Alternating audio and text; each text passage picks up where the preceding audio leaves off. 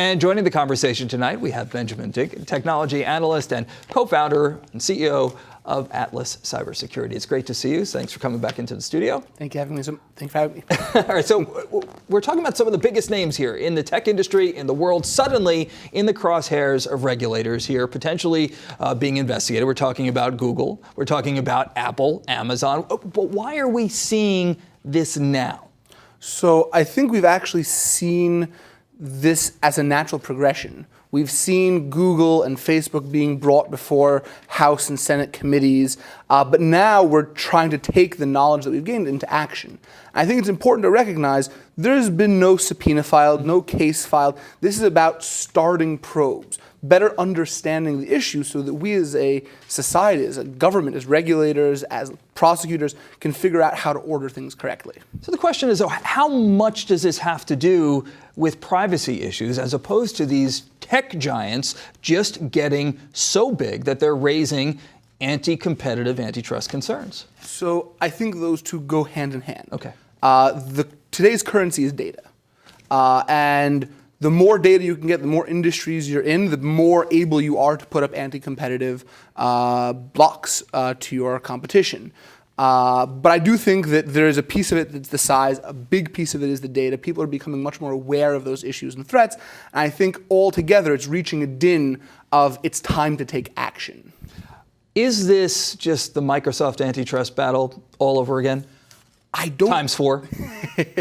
I don't think so. Okay. I think that there's a much more fundamental question that we're trying to struggle with now. What does our new society look like? What does our data-driven world look like?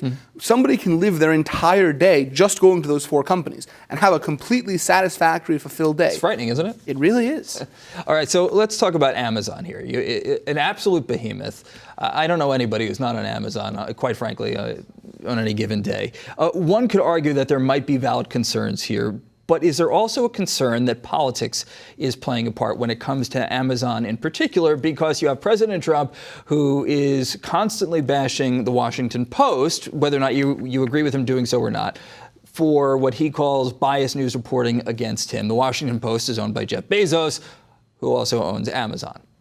So I definitely think that is probably somewhere off in the ether. I think that the regulators, the FTC, who I believe are assigned specifically to this, and the DOJ is handling Google's probe, at least as reports show, they are the utmost professionals, and this is not a political attack. Is there probably something in the ether saying, hey, maybe this is something we should look at? Potentially.